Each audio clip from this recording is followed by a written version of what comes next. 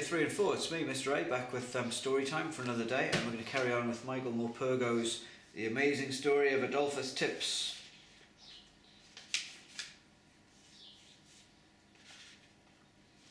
The wake in the pub was crowded, and of course everyone wanted to speak to Grandma, so we didn't get a chance to talk again that day.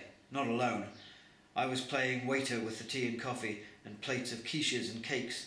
When we left for home that evening, Grandma hugged me especially tight, and afterwards she touched my cheek, as she'd always done when she was saying goodnight to me before she switched off the light. She wasn't crying, not quite. She whispered to me as she held me.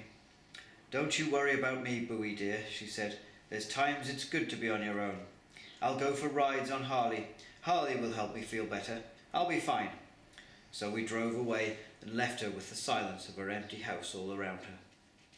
A few weeks later she came to us for Christmas, but she seemed very distant, almost as if she were lost inside herself.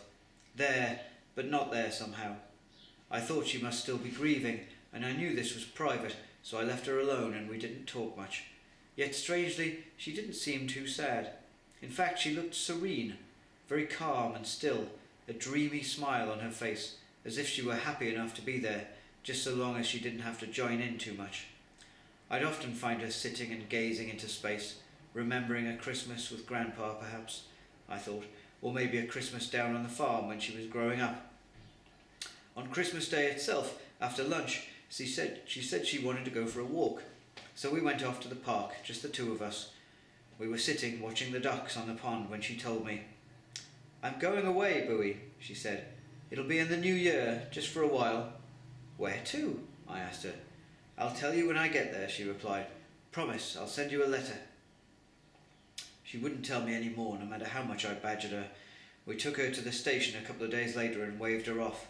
Then there was silence. No letter, no postcard, no phone call. A week went by, a fortnight. No one else seemed to be that concerned for her, but I was. We all knew she'd gone travelling. She'd made no secret of it, although she'd told no one where she was going. But she had promised to write to me and nothing had come. Grandma never broke her promises, never. Something had gone wrong, I was sure of it. Then one Saturday morning I picked up the post from the front door mat. There was one for me. I recognised her handwriting at once. The envelope was quite heavy too.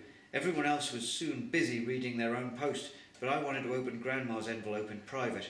So I ran upstairs to my room, sat on the bed and opened it. I pulled out what looked more like a manuscript than a letter, about 30 or 40 pages long at least, closely typed. On the cover page she had sellotaped a black and white photograph, more brown and white really, of a small girl who looked a lot like me, smiling toothily into the camera and cradling a large black and white cat in her arms. There was a title, The Amazing Story of Adolphus Tips, with her name underneath, Lily Tregenza. Attached to the manuscript by a large multicoloured paperclip was this letter. "Dearest Bowie, this is the only way I can think of to explain to you properly why I've done what I've done. I'll have told you some of this already over the years, but now I want to tell you the whole story. Some people will think I'm mad, perhaps most people. I don't mind that, but you won't think I'm mad. Not when you've read this. You'll understand, I know you will. That's why I particularly wanted you to read it first. You can show it to everyone else afterwards. I'll phone soon when you're over the surprise. When I was about your age, and by the way that's me on the front cover with tips, I used to keep a diary. I was an only child, so I'd talk to myself in my diary. It was company for me, almost like a friend. So what you'll be reading is the story of my life as it happened, beginning in the autumn of 1943, during the Second World War, when I was growing up on the family farm. I'll be honest with you, I've done quite a lot of editing. I've left bits out here and there because some of it was too private or too boring or too long. I used to write pages and pages sometimes, just talking to myself, rambling on. The surprise comes right at the very end, so don't cheat, Bowie. Don't look at the end. Let it be a surprise for you, as it still is for me. Lots of love, Grandma. P.S. Harley must be feeling very lonely all on his own in the garage. We'll go for a ride as soon as I get back, as soon as you come to visit. Promise."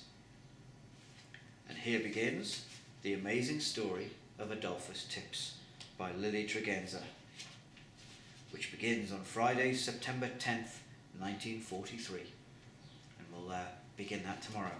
All right? So, take care everybody. Have a great day. Bye-bye.